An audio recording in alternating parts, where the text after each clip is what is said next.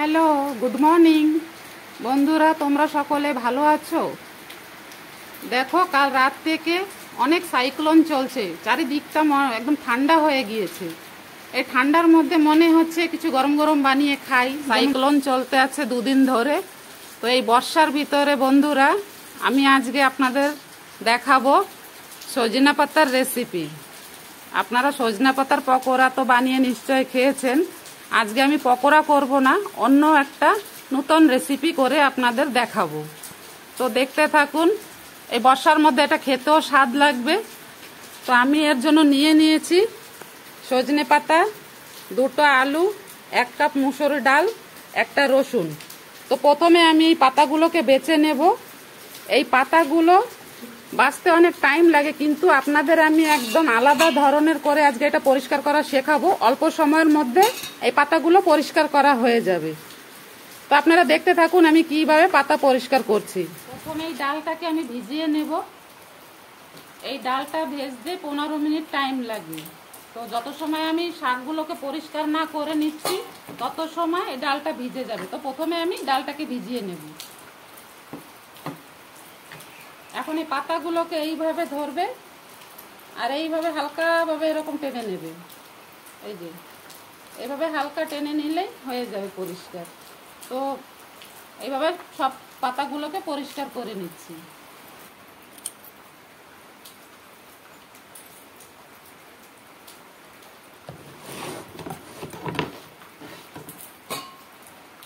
প্রথমে একটা কাটার বোর্ড নিয়ে নিয়েছি, তারপরে কিছুটা কিছুটা শাক এইভাবে ধরে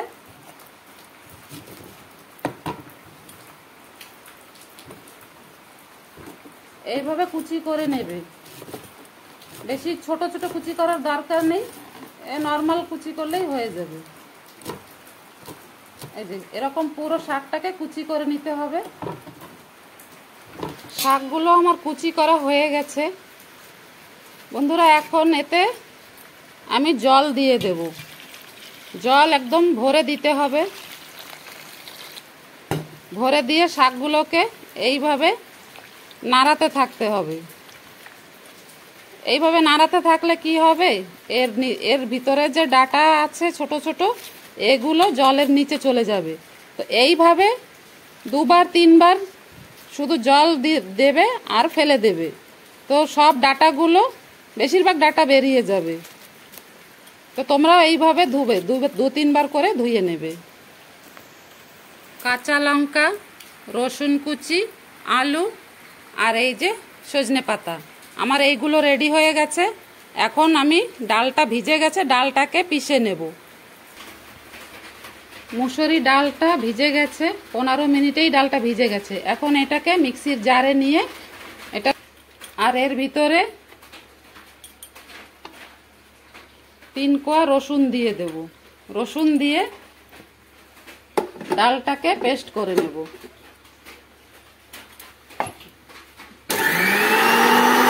একটু জল দিয়ে দেব। এইভাবে পেস্ট করে নিতে হবে। এই যে এই রেসিপিটার জন্য আমি এই মশলাগুলো নিয়ে নিয়েছি। আধা চামচ জিরের গুঁড়ো, আধা চামচের একটু বেশি হলুদের গুঁড়ো, আধা চামচ গোলমরিচের গুঁড়ো, আধা চামচ কাশ্মীরি মরিচ, আধা চামচ মাটন মশলা, 1 চামচ মিক্স মশলা। আর ফোড়নের জন্য নিয়েছি 3টে শুকনো লঙ্কা, 2টো কাঁচা তেজপাতা, 1 চামচ জিরে। তো প্রথমে আমি এই শাকটাকে মাখিয়ে নেব। শাকগুলো একটা বাটির মধ্যে দিয়ে এই মশলাগুলো, এই সব মশলাটা এর ভিতরে ঢেলে দেব। দিয়ে স্বাদ মতো নুন দিয়ে দেব। নুন দিয়ে প্রথমে এই শাকটাকে মিশিয়ে নেব। এর ভিতরে এই কাঁচা লঙ্কা কুচিটাও দিয়ে দেব। দিয়ে এটাকে ভালো মতো মাখিয়ে নেব, চটকিয়ে চটকিয়ে মাখিয়ে নেব। শাকটা আমার মাখানো হয়ে গেছে। শাকটা এইভাবে মাখালে নুনটা মশলাটা সব শাকের মধ্যে ভালো মতো মিশে যাবে। এরপরে আমি এই ডালের পেস্টটা দিয়ে দেব। আর এই মিহিন সুজি, এই সুজি এই ছোট কাপটার আধা কাপের একটু বেশি সুজি এর ভিতরে অ্যাড করে দেব। আপনাদের ঘরে যদি সুজি বানানোর সময় না থাকে তাহলে আপনারা চালের পাউডার থাকলেও অ্যাড করতে পারেন। আমি সুজিটাই এর মধ্যে অ্যাড করে দিয়ে এখন এটাকে ভালো মতো মাখিয়ে নেব। এইভাবে মাখা হয়ে গেছে।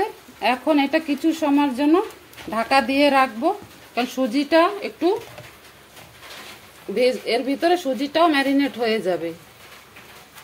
5 মিনিটের মতো এরকম ঢেকে রেখে দেব। এর মধ্যে এরপরে আমি আলুটাকে ভাজা করে নেব। গ্যাসটা জ্বালিয়ে আমি এর উপরে তাওয়া দিয়ে দিলাম। এখন দিয়ে দেব এর ভিতরে সাদা তেল। তেলটা একটু বেশি করে দেব।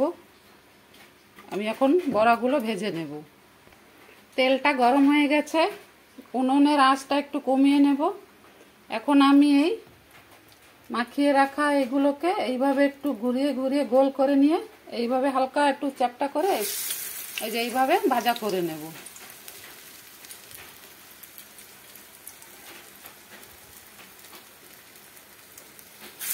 এইভাবে আমি সব বড়াগুলোকে ভেজে নেব। সবগুলো দেওয়া হয়ে গেছে। এখন গ্যাসের ফ্লেমটা একটু বাড়িয়ে দেব। এগুলো যাতে পুড়ে না যায়, আপনারা উপরটা এখনো হয়নি, উপরটা যখন হয়ে যাবে তখন আপনারা এগুলোকে পাল্টি করে দেবেন। এখন আঁচটাকে আমি কমিয়ে দেব, একদম জিরো করব না, মিডিয়াম ফ্লেমে রাখবো। রান্না করার সময় এটা নিশ্চয়ই খেয়াল রাখবেন, আগুনের জালটাও ততটাই দরকার রান্নার জন্য যতটা কি তেল মশলার দরকার। সেই জন্য আগুনের আঁচটা আপনারা যখন কম করা লাগে কম করবেন, বাড়ান লাগে বাড়াই দেবেন। আগুনের আঁচটাকেও যখন বাড়ানো লাগবে বাড়িয়ে দেবেন, কম করা লাগবে কমিয়ে দেবেন। এই দেখুন বড়াগুলো এক পাশ ভাজা হয়ে গেছে, আমি এখন অন্য পাশ পাল্টি করে দিচ্ছি। এগুলো যেন বন্ধুরা পোড়া না লাগে, একটু লাল লাল করে এইভাবে ভাজা করবেন। আমি খাওয়ার পকোড়ার মতো খাওয়ার জন্য যেটা ভাজা করছি এটা সাইজে একটু বড়, আমি ঝোলের জন্য যেটা করব সেটা একটু ছোট করব। এইভাবে আমি অন্য পাশটাও ভাজা করে নেব। এইগুলোকে মাঝে মাঝে একটু এইভাবে ঘোরাবেন। আর এটাও আমার এখন পাল্টি করার টাইম হয়ে গেছে, এখন এটাকেও ঘুরিয়ে দেব। এই যে দেখুন কত সুন্দর একটা রং চলে আসছে। এইভাবে এই পাশ পাল্টি করে আমি নামিয়ে নেব। আর এই দেখুন বড়াটা কত সুন্দর হয়েছে। এইভাবে বানিয়ে আপনারা নিশ্চয়ই একবার খেয়ে দেখবেন, অনেক স্বাদের হবে এটা। রান্নার বড়াটা আমার ভাজা হয়ে গেছে।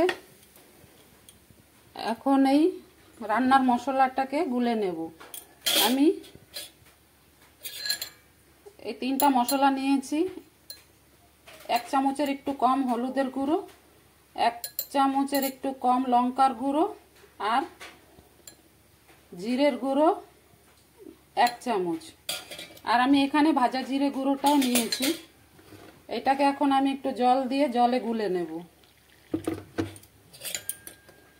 এইভাবে এটাকে গুলে নেব।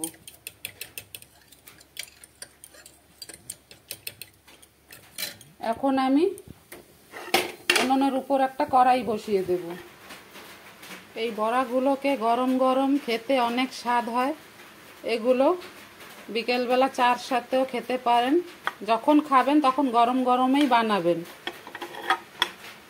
গরম গরম বানিয়ে সঙ্গে সঙ্গে খাবেন, তাহলে এর স্বাদ আরও বেশি বেড়ে যাবে। উনুনের উপর কড়াই দিয়ে দিয়েছি, কড়াই গরম হয়ে গেছে। এখন এতে দিয়ে দেব 1 কাপ তেল।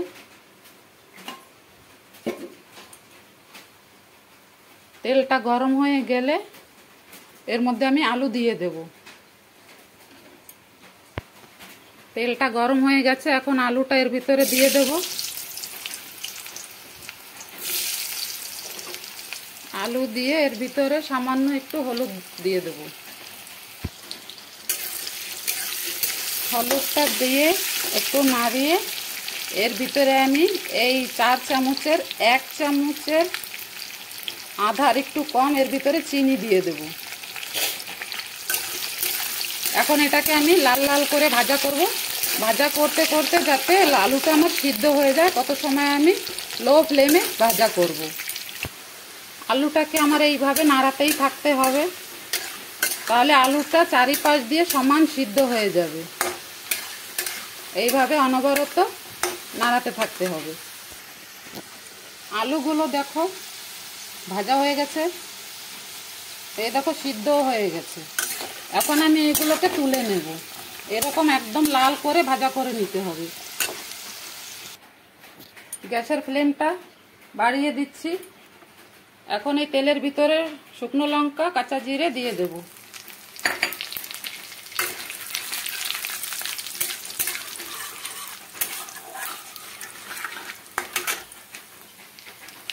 দিয়ে দেব রসুন কুচি, আর যে দুটো তেজপাতা রেখেছিলাম কাঁচা তেজপাতা, এ দুটোকেও দিয়ে দেব।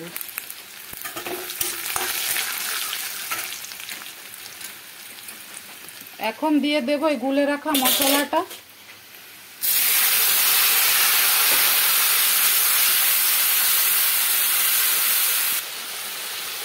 দিয়ে মশলাটাকে এরকম একটু ভাজা করব। দেখুন কত সুন্দর রং দেখাচ্ছে, রংটা দেখুন কত সুন্দর রং। এই রংটা বন্ধুরা চিনিটা দিয়েছি, চিনিটা দেওয়াতে এত সুন্দর রং এসেছে। এবারে দিয়ে দেবো ভেজে রাখা আলুটা, দিয়ে এইভাবে নাড়িয়ে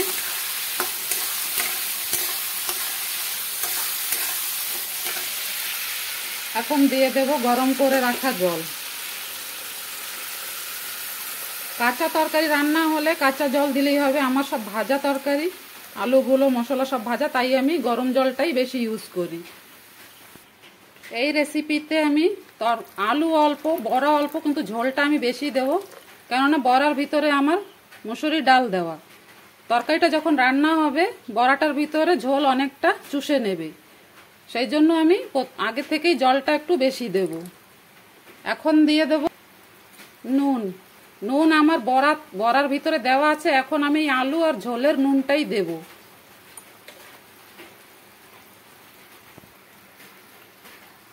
এইভাবে বন্ধুরা আমি 3 মিনিটের মতো এটাকে রান্না করব। হাই ফ্লেমেই থাকবে। 3 মিনিট আমার হাই ফ্লেমে রান্না হয়েছে। এখন আমি একদম ফ্লেমটা 0 করে দেব। 0 করে দিয়ে আমি এখন এই তরকারিটাকে ঢেকে দেব। আলুটা আমার একদম ভাজা, একদম সিদ্ধ ছিল, তারপরেও আমি এতটা রান্না করি। আলু যত বেশি রান্না হবে তত তরকারিটা খেতে স্বাদ হবে, তাই এটাকে আমি ঢাকা দিয়ে আরও 2 মিনিট রান্না করব। এটা হালকা সিমেই 2 মিনিট হবে। লো ফ্লেমে 2 মিনিট হয়ে গেছে। এই দেখুন এখন আমার অনেকটা ঝোল আছে। এখন আমি এই ভাজা বড়া, কয়টা বড়া এর ভিতরে দিয়ে দেব। এটা দিয়ে আমি গ্যাসটা বন্ধ করে দেব। আর এখন এই গরম গরম আছে তরকারিটা, এর উপরেই ভাজা জিরে গুঁড়োটা দিয়ে দেব। দিয়ে ভালো মতো এর সঙ্গে মিক্স করে এইভাবে মিক্স করে আমি ঢাকা দিয়ে 1 দিয়ে 1.5 মিনিটের মতো এরকমই রাখবো। তারপরে আমি অন্য একটা বাসনে ঢেলে নেব, কেননা বড়াটা আমি ছেড়েছি, গ্যাস আমার বন্ধ, ঝোলটা গরম আর বড়ার ভিতরে ঝোলটা এমনিই চুষে যাবে। 1.5 মিনিট পরে আমি ঢাকনাটা উঠিয়ে অন্য বাসনে ঢেলে। 2 মিনিট পরে তরকারিটা দেখুন কত সুন্দর দেখাচ্ছে। এখন এটাকে অন্য একটা বাসনে ঢেলে নিচ্ছি। বাসনের উপর ঢেলে নিয়ে এখন এর উপরে দিয়ে দেব ধনেপাতা কুচি। আর এই তরকারিতে আমি এরকম দুপুরবেলা বন্ধুরা গরম ভাতের সাথে এই সজনা পাতার 2টো বড়া, এই সজনা পাতা বড়া, আলুর তরকারি, শুকনো লঙ্কা ভাজা আর একটা মাছ ভাজা, এই থালাটা দেখতেও যত সুন্দর, খেতেও সেরকম অপূর্ব স্বাদ। এইভাবে আপনারা বানিয়ে খেয়ে দেখবেন আর আমাকে জানাবেন আমার টিপস অ্যান্ড ট্রিপসগুলো আপনাদের কেমন লাগে, সেটাও আপনারা কোথা থেকে আমার ভিডিওটা দেখছেন সেটাও জানাবেন। ধন্যবাদ বন্ধুরা।